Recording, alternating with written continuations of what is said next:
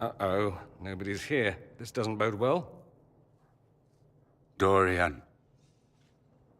Father. So the whole story about the family retainer was just, what? A smokescreen? Then you were told. I apologize for the deception, Inquisitor. I never intended for you to be involved. Of course not. Magister Parvus couldn't come to Skyhold and be seen with the dread Inquisitor. What would people think? What is this exactly, Father? Ambush? Kidnapping? Warm family reunion? This is how it has always been. Considering you lied to get him here, Dorian has every right to be furious. You don't know the half of it.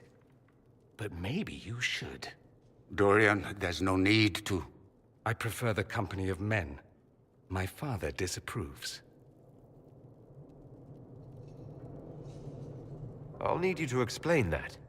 Did I stutter? Men, and the company thereof, as in sex. Surely you've heard of it.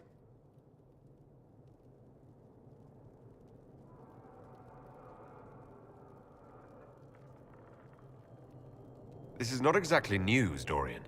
And why should it be? Why should anyone care? I have no idea. This display is uncalled for. No, it is called for. You called for it by luring me here. This is not what I wanted. I'm never what you wanted, Father. Or had you forgotten? That's a big concern in Tevinter, then. Only if you're trying to live up to an impossible standard. Every Tevinter family is intermarrying to distill the perfect mage, perfect body, perfect mind, the perfect leader. It means every perceived flaw, every aberration is deviant and shameful. It must be hidden.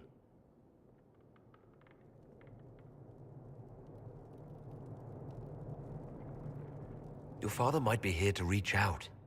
You could give him a chance. Let's just go. Dorian, please. If you'll only listen to me. Why? So you can spout more convenient lies? He taught me to hate blood magic. The resort of the weak mind. Those are his words. But what was the first thing you did when your precious heir refused to play pretend for the rest of his life? You tried to change me. I only wanted what was best for you. You wanted the best for you. Your fucking legacy. Anything for that.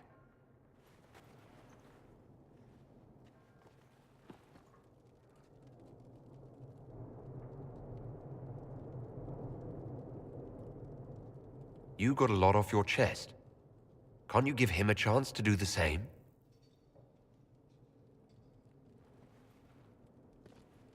Tell me why you came. If I knew, I would drive you to the Inquisition. You didn't. I joined the Inquisition because it's the right thing to do. Once, I had a father who would have known that.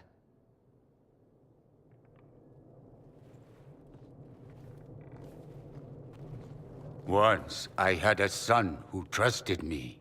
A trust I betrayed. I only wanted to talk to him, to hear his voice again, to ask him to forgive me.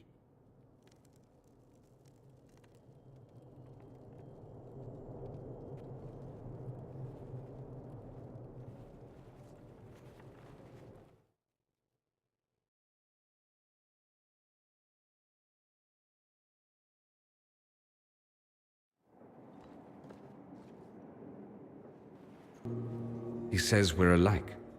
Too much pride. Once I would have been overjoyed to hear him say that. Now I'm not certain. I don't know if I can forgive him. He tried to change you. Out of desperation. I wouldn't put on a show, marry the girl, keep everything unsavory, private and locked away. Selfish, I suppose. Not to want to spend my entire life screaming on the inside.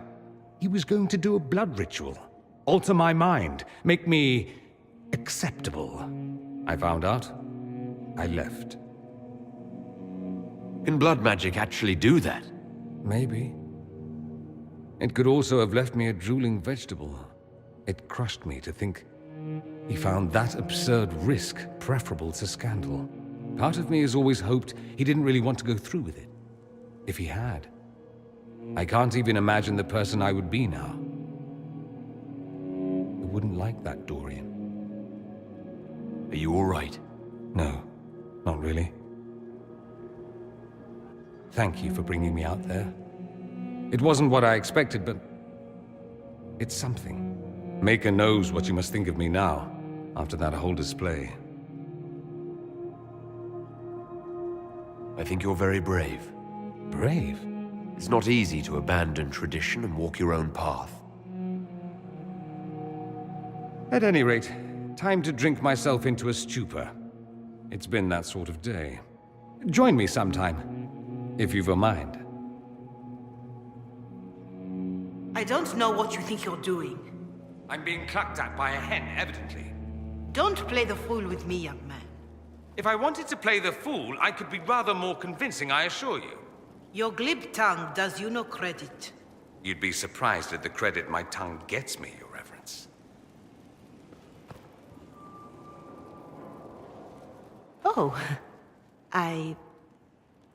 What's going on here? It seems the revered mother is concerned about my undue influence over you. It is just concern. Your worship, you must know how this looks. You might need to spell it out, my dear. This man is of Tevinter. His presence at your side, the rumors alone. What's wrong with him being from Tevinter, specifically? I'm fully aware that not everyone from the Imperium is the same. How kind of you to notice. Yet still you bow to the opinion of the masses. The opinion of the masses is based on centuries of evidence. What would you have me tell them? The truth? The truth is I do not know you, and neither do they. Thus, these rumors will continue. There's no cause for concern, Your Reverence. With all due respect, you underestimate the effect this man has on the people's good opinion. Do the people know how he's helped the Inquisition? See, I meant no disrespect, Inquisitor. Only to ask after this man's intentions. If you feel he is without ulterior motive, then I humbly beg forgiveness of you both.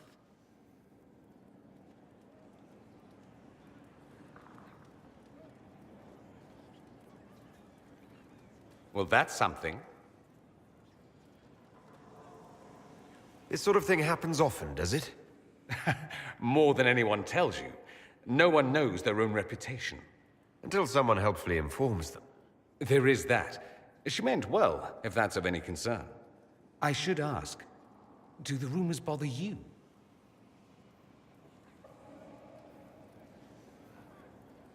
I wish they wouldn't disparage you. They don't know you.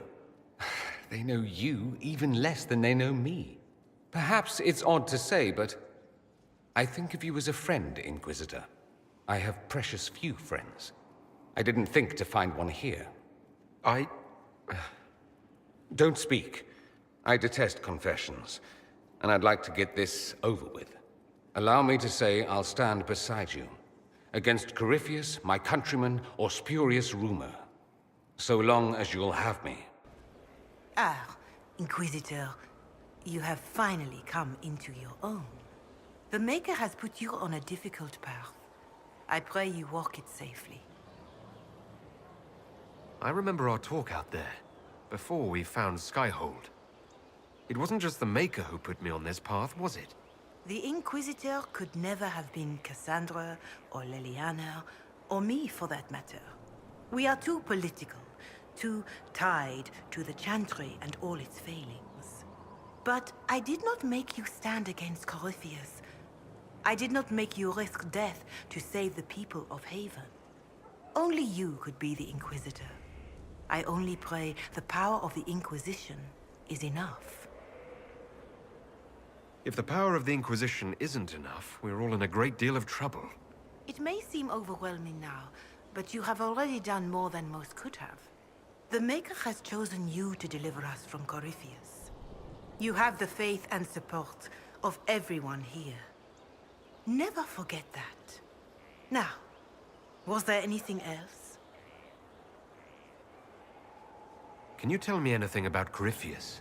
I know nothing of the man personally, but the Chant of Light speaks of what he claims to be.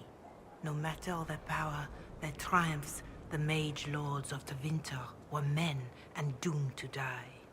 Then a voice whispered within their hearts, "Shall you surrender your power to time like the beasts of the fields? You are the lords of the earth. Go forth to claim the empty throne of heaven and be gods." That was one of the old gods speaking in their dreams. Yes, Dumat as I understand it. In secret, they worked magic upon magic. All their power and all their vanity they turned against the veil, until at last it gave way. That sounds like what happened with the breach. Very similar, Inquisitor. Above them, a river of light. Before them, the throne of heaven waiting.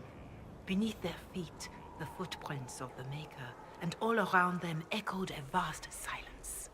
But when they took a single step toward the empty throne, a great voice cried out, shaking the very foundations of heaven and earth. Corypheus said he found only chaos and corruption. The Chant of Light says that it was beautiful until the Maker himself spoke. And so is the Golden City blackened with each step you take in my hall. Marvel at perfection, for it is fleeting.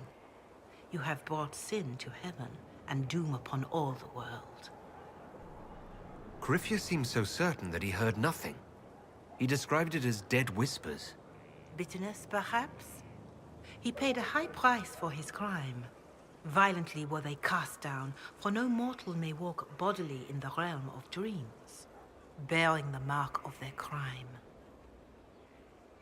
Walking bodily in the realm of dreams is exactly what Corypheus said he did. But the mark, could it be related to the mark I bear? I cannot say. Perhaps Andraste saw clearly and we misinterpreted her words. It was always taught that the mark they bore was the shape of darkspawn. Bodies so maimed and distorted that none should see them and know them for men. That is all I know of your adversary, Inquisitor. Some of the Chant of Light describes what we've seen and what Corypheus said, but not all of it. The Chant of Light is the work of mankind. We of all people must accept that mankind is fallible. Listeners may have misheard one of Andraste's songs. Just one word sung incorrectly could change everything. And how many verses were stricken or changed for foolish political reasons, like the Canticle of Chartan. Still, I would trust these words over any spoken by Corypheus. I hope they help you.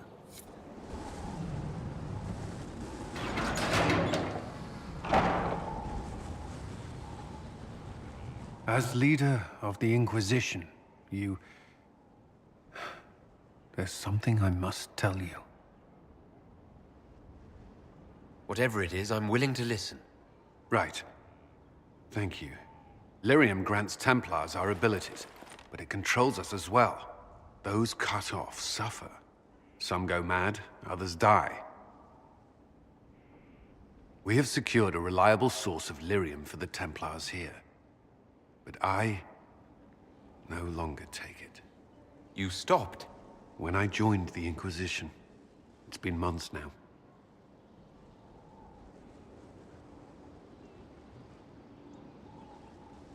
Months? You didn't think to tell me this sooner? Has it mattered? I don't know. Has it? After what happened in Kirkwall, I couldn't.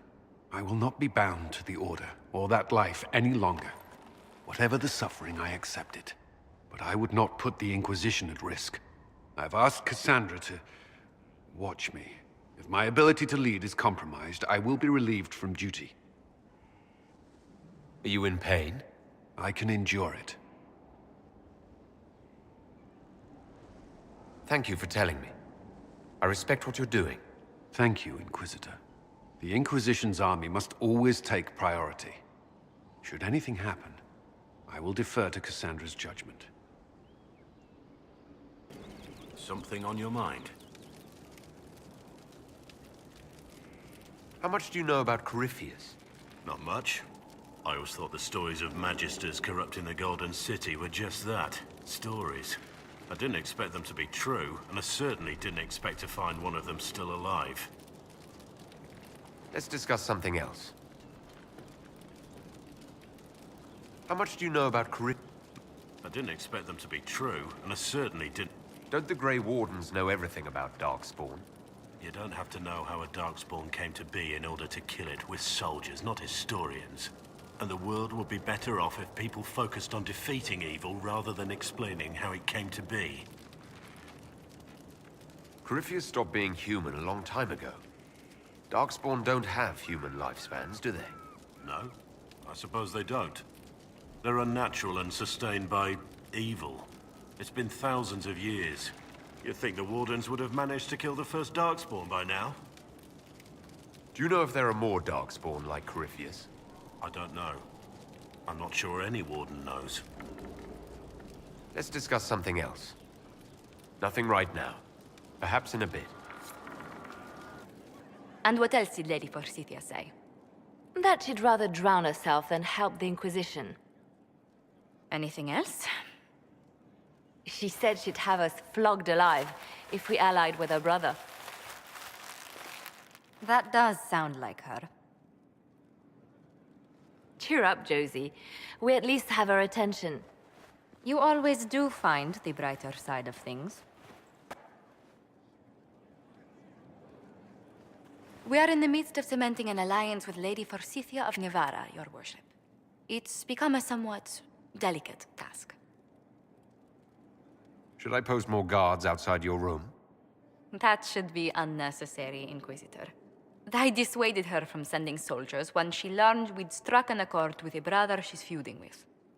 Lady Forsythia simply employs a colorful manner of speech. You're rather good-natured about threats of death and dismemberment.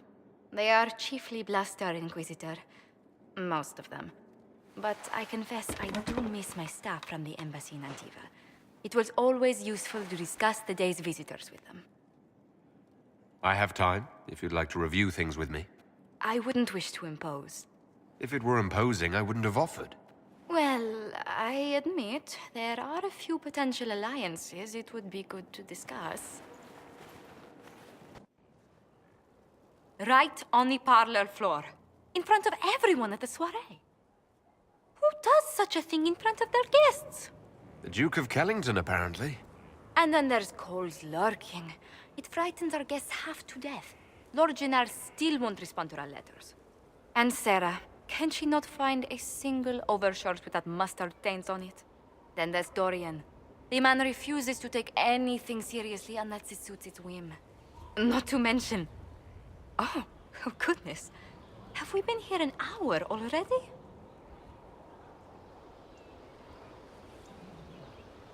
It went by so quickly I didn't even notice. You're far too polite. I didn't intend to go on for so long. You must think me quite the gossip. You've been working continually since I met you, Josephine. And that can't stop. I must be going. But I leave feeling less troubled than I have in weeks.